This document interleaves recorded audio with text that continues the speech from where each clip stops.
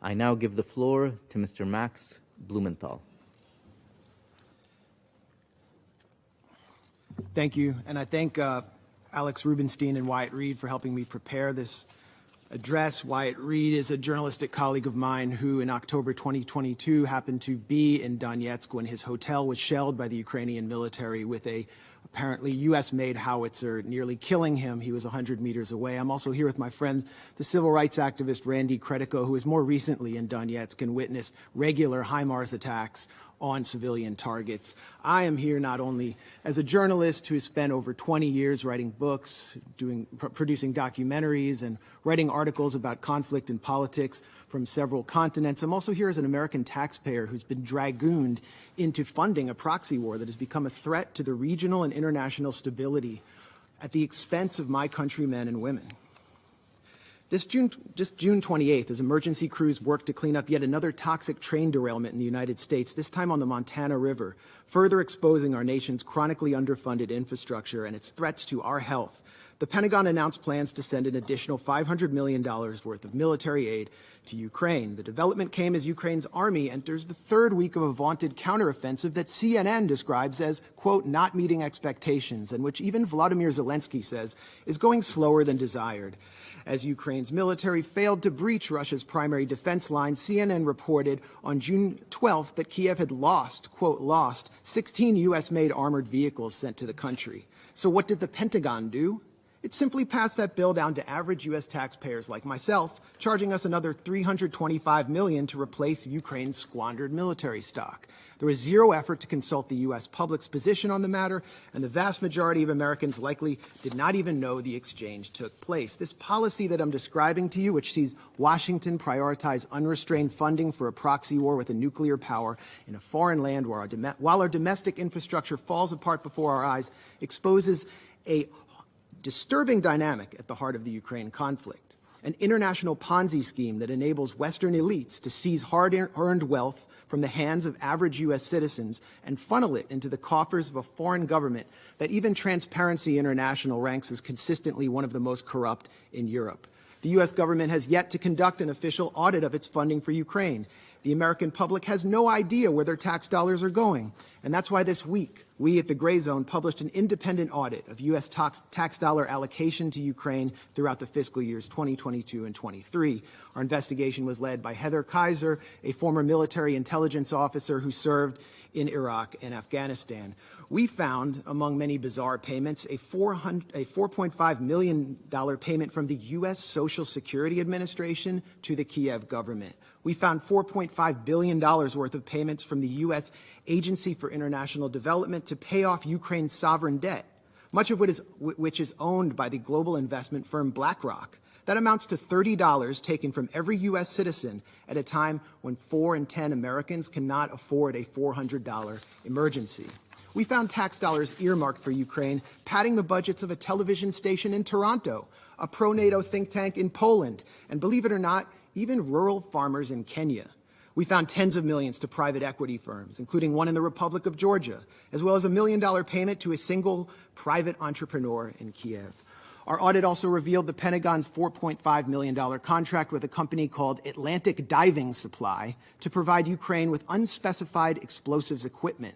This is a notoriously corrupt company that none other than Tom Tillis, the chairman of the Senate Armed Services Committee, previously lambasted for its, quote, history of fraud. Yet once again, Congress has failed to ensure these shady payments and massive arms deals are properly tracked. In fact, much of the military and humanitarian aid shipped to Ukraine has simply vanished. Last year, CBS News quoted the director of a pro-Zelensky nonprofit in Ukraine who reported that only 30% of aid was reaching the front lines.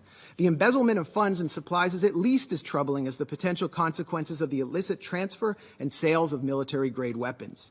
Last June, the head of Interpol warned that the massive transfers of arms into Ukraine means, quote, we can expect an influx of weapons in Europe and beyond, and that criminals are now, as we speak, focusing on them.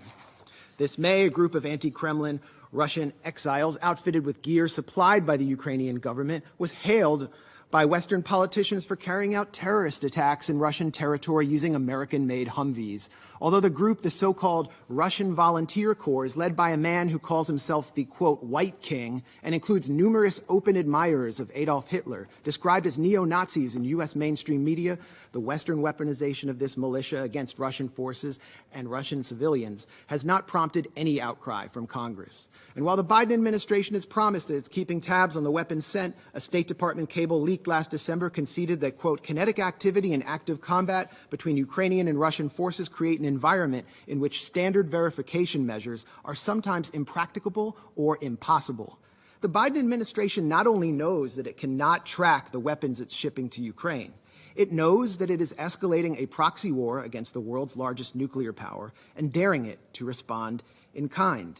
We know this because back in 2014, and this timeline is so important, that's when NATO Secretary General Jens Stoltenberg said that the war started following a U.S.-backed coup d'etat. President Barack Obama rejected demands from Kiev to send lethal offensive weaponry because, as the Wall Street Journal put it, he had a, quote, long-standing concern that arming Ukraine would provoke Moscow into further escalation that would drag Washington into a proxy war. When Donald Trump entered office in 2017, he attempted to hold the line on Barack Obama's policy, but was soon branded a Russian puppet by the Beltway press corps and the Democratic Party for refusing to send Raytheon's Javelin missiles to the Ukrainian military. His reluctance to send the Javelins became a central theme of his impeachment, and he predictably relented. As U.S.-made offensive weaponry began to reach the front lines of the Donbass, the collective West exploited the Minsk Accords to, quote, give Ukraine time to arm up, as the former German Chancellor Angela Merkel put it. In January 2022, the U.S. announced a $200 million arms package to Ukraine. Follow the timeline. By the 18th of February, observers from the Organization for Security and Cooperation in Europe reported a doubling in ceasefire violations, with OSCE maps showing the overwhelming majority of targeted sites on the side of pro-Russian separatists in Donetsk and Lugansk. 5 days later, Russia invaded Ukraine. And since then, the U.S. and its allies have been scurrying up the escalation ladder at every opportunity. Quote, things we couldn't give in January because it was escalatory were given in February, a former State Department official complained after meeting with Ukrainian counterparts. And things we couldn't give in February, we can in April. That has been the distinct pattern, starting with, for crying out loud, Stingers, referring to shoulder-mounted rockets. Joe Biden himself said in March 2022, the idea that we're going to send in offensive equipment and have planes and tanks, don't kid yourself. No matter what you all say, that's called World War III.